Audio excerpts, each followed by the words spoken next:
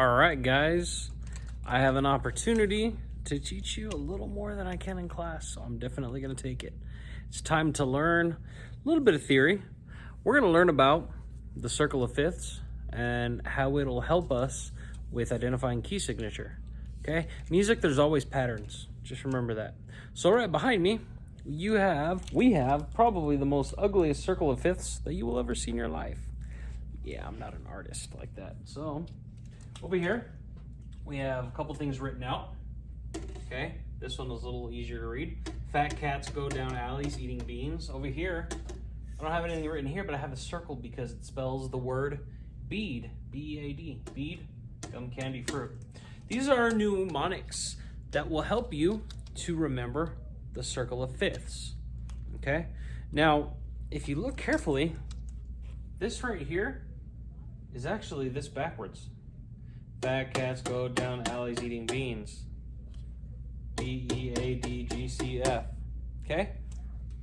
Why is that? Because on one side, this side, is the flat side of the circle of fifths. And this side is the sharp side of the circle of fifths. What do you mean by flat and sharp side, Mr. C? Right here, you see the squiggly line on the board? That's where you want to start reading the circle of fifths. All right? So start right here, and depending on which direction you go, this side will be all the sharps that you would find in a key signature. Whenever you have one sharp, like we do right here, remember this? It will always be F. If I were to add another sharp, that is an ugly sharp, it would always be C according to the circle of fifths. If I add a third sharp, guess what it's gonna be? G. Oh my gosh, I heard you. Amazing. G. G. Okay. And it would be up here. And so on and so on. If I keep adding more sharps to the scale or any piece of music, it's always gonna follow this pattern. Okay? It's never gonna have a sharp and a natural shine and a sharp, or it's never gonna have, you're never ever gonna see this in your key signature.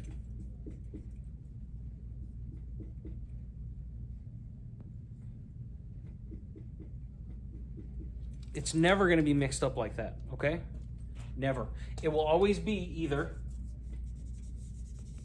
all sharps, or all flats, or nothing at all, okay? In your key signature, all right? So, if you're playing a piece of music and it has 6 sharps, what are the names of all the sharps? 1, 2, 3, 4, 5, 6. Fat cats go down alleys eating. F, C, G, D, A, E. Those are all your 6 sharps. Now, the same thing works the opposite way with flats, but you don't have F flat, C flat, G flat. It starts at the bottom of that. So if you can remember one of these mnemonics to help you with the circle of fifths, either fat cats or bead gum candy fruit, or even better, both, you can figure out the other side that you need to learn. If you just memorize the sharp side, then just say it backwards for the flat side. And I know that's an ugly flat. Sorry. Or if you memorize the flat side, just say it backwards to do the sharp side. It's very simple, okay? Music is full of patterns. It's full of repetition. There's always little tricks for things. You just got to figure it out, okay? So this circle, this is the official circle of fifths. It's a very ugly one, like I said, but it's how it's set up. There's a little more things that I didn't add because right now they're not important, but they will be later, okay? So you start right here at the squiggly line between the B flat and the F. Choose which direction you're going. If you want the sharps, like I said, you're gonna go this way. If you want the flats, you're gonna go that way. Now right here, I have these lines separating the notes because like I said before, these notes have 2 different names. C sharp, D flat, it's the same note. How do I know that? How can I prove it? Well, let's take a look at the piano. Moving the camera. Okay, here's a C sharp. Here's a D flat. Mr. C, that don't make sense. Okay, here's my C, right? I don't think you can see it, but that little sticker says C. This little sticker says D. C. If I want to raise that tone by a half a step, if I want to increase the pitch a little bit, make it a little bit higher, I would sharpen this note. Sharpening this note moves it up a half a step to C sharp. Now I can't talk. If you were to play the piano like this, which I'm sure a lot of you have, you're moving up this piano by a half step. Every single key in between, if you were to play every single key in between, you're moving up the piano a half step. And this is where math comes into music. Okay? If I were to go from C to D, that's a whole step. Why is that, Mr. C? Because a half plus a half is a whole. Holy moly, fractions. Okay? Half step, or I'm sorry, whole step. Whole step. Look right here. There's no black key. So if I went a half step from E, if I went a whole step up from E, it would be right here. Okay? So when you play a scale, there's a certain pattern that it follows, and we'll get into that later. Okay? Called whole step, half step, whole step, whole step, whole step, half step. Because these black keys are missing on a piano, these are now half steps. Okay? So, back to what I was talking about, because you know I can get sidetracked. A sharp, right? I was doing a C sharp. Just go up a half step. That sharpens the note. Up a half step. That's a point. If we're going down a half step, if we're on the D and we're going down half a step, you flat the note. D flat. Going up, if I'm on the D and I want to go up, D sharp. If I'm on D and I want to go down a half step, D flat. So this note right here has two different names. C sharp and D flat. It's called enharmonic. Enharmonic. Okay? Enharmonic notes have two different names. Maybe some of you have two different names. What do I mean by that? Well, my name is Mr. Calderon, but everybody calls me Mr. C. Two different names, same person. Some of you, I give nicknames to, okay? You might be named Jennifer, and I might call you Jenny. I don't have a Jennifer, so there's a good example. Same person, two different names. Same person, two different names. Same note, two different names. But it just depends on when you're going. If you're moving up, C sharp. You're moving backwards, D flat. Cool? If it doesn't make sense, just rewatch that and eventually it'll start to sink in. Okay? I sometimes, as you know, sometimes I don't explain things the best way, but keep watching and it might make sense. I might say something that, sparks that light bulb. Oh, okay, that makes sense now. Okay. Let's get back to the circle of fifths. So, going this way, it's all sharps. Right here, these notes are enharmonic. Inside this circle, the ugliest part of my drawing, I have a number, and I have either a flat sign or a sharp sign. The star right here, I put that there because there's no flats and no sharps. C is the perfect key. Anyways, so in the key of G, you have one sharp. Oh my gosh. Right? And guess what that sharp is? Remember this? Remember this right here? Remember this? In this scale, it doesn't matter if you're a saxophone player or not. In this scale, you have one sharp. What's that sharp? G, A, B, C, D, E, F sharp. G has one sharp. F sharp. Oh. Holy moly! D has two sharps. What sharps are they? F and C. Oh. F and C. A, the key of A, has three sharps. Guess what they are? Fat Cats Go. Hopefully you're laughing. If you're not laughing, you're looking at me really weird like this fool. And you can keep going on. E. The key of E has 4 sharps. What are they? 1, 2, 3, 4. Fat Cats Go down. Works the other way too. B flat. Okay? The key of B flat has 2 flats. Guess what they are? F and B. Okay? And actually, I did this wrong. You should start on the F. You should start on the F right here. My bad. Okay? Okay. F and B. Let's just jump around. Key of D flat has 5 flats. What are they?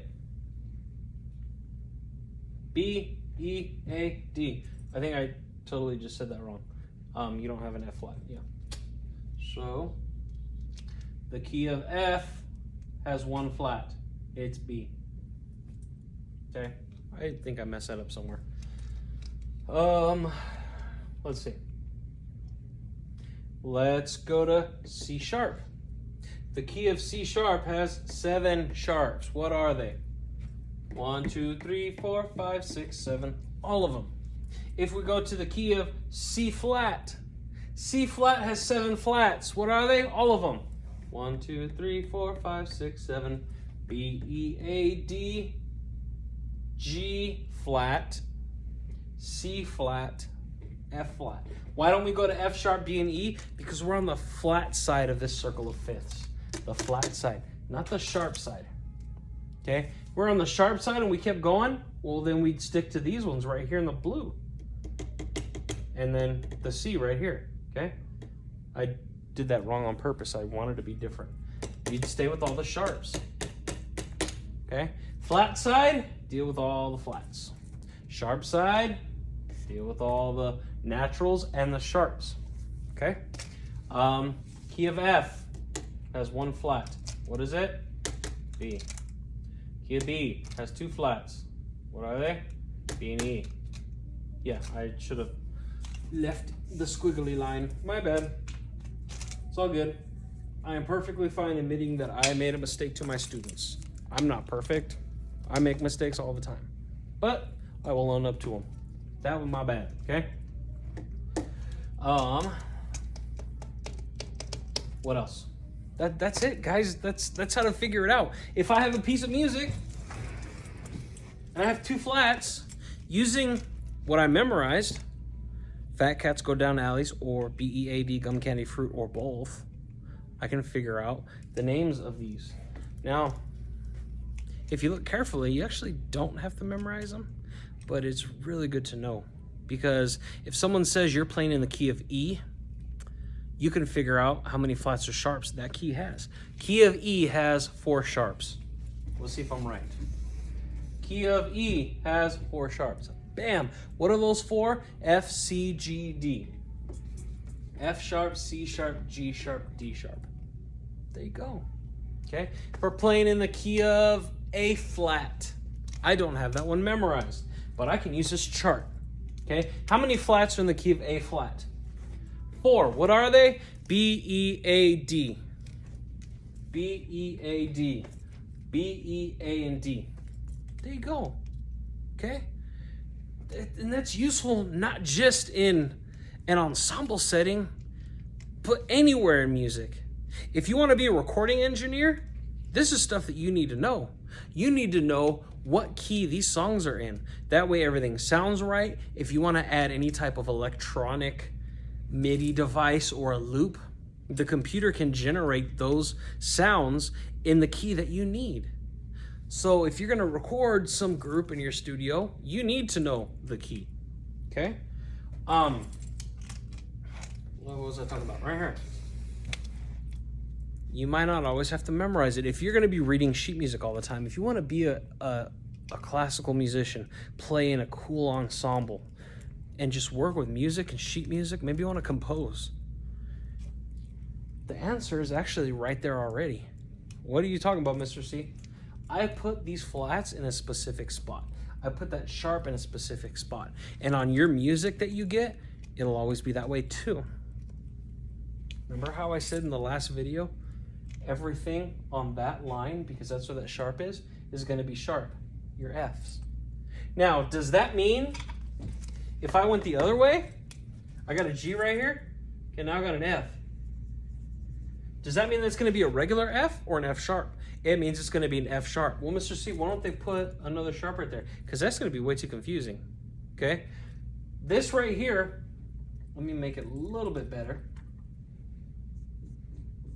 Okay, that right there means all Fs, because that's a line for Fs, will be sharp. It doesn't matter if they're low Fs or even higher Fs. Every F will be sharp in this scale, in this piece of music that you're playing, okay? Right here, every B will be flat. Every E will be flat, okay? Even if I'm going a super low note, I'm gonna write a super low note right here, okay? And I'll progress down the scale. So now we got A, G, F, E. This E right here will also be flat because every E is flat, okay? I'm gonna keep going lower. D, C, B. This B is also flat because every B in this, can I get it? I can't get it. Every B in that piece of music is flat, okay? You got a whole bunch of flats. Start naming them. B, E, A, D, G, C, F. Which one do you need? Do you need just the B? Or do you need all 7? Okay? So this is just a better understanding of the circle of fifths. It's not everything that the circle of fifths can tell us, because there's a way to figure out the 5th step of the scale using this chart. There's a way to figure out the 4th step of the scale using this chart, okay? This isn't a complete circle of fifths. This is just what we need for us to get a job accomplished. Later on, we'll learn more about the circle of fifths. I'm still learning more about it now. Cool. All right, so anything else I need to say? Key of C has no flats, no sharps. Star, 0, whatever you want to put. Nothing. No sharps, no flats. Okay? It's just C, D, E, F, G, A, B, C. That's it. Okay? Remember these. Memorize these. B, E, A, D, gum, candy, fruit. Bead, bead, gum, candy, fruit. Bead, gum, candy, fruit. This one is the one that I have memorized a lot better. I have them both memorized. I learned this in junior high from another student who was teaching the class at the time. And it happened to be the music teacher's daughter. She knew a lot of this stuff already. And this has been extremely useful for me as a musician, okay? Fat cats go down alleys eating beans. Okay, don't walk behind them. It might be stinky. Remember this. Remember this. Even if you just remember this one, the other side is just backwards. I know I've already said this 3 times, but I want you to know it too. Even if you just memorize this one, the other one is backwards. Fat cats go down alleys eating beans. Okay? As long as you got one down, you got them both down.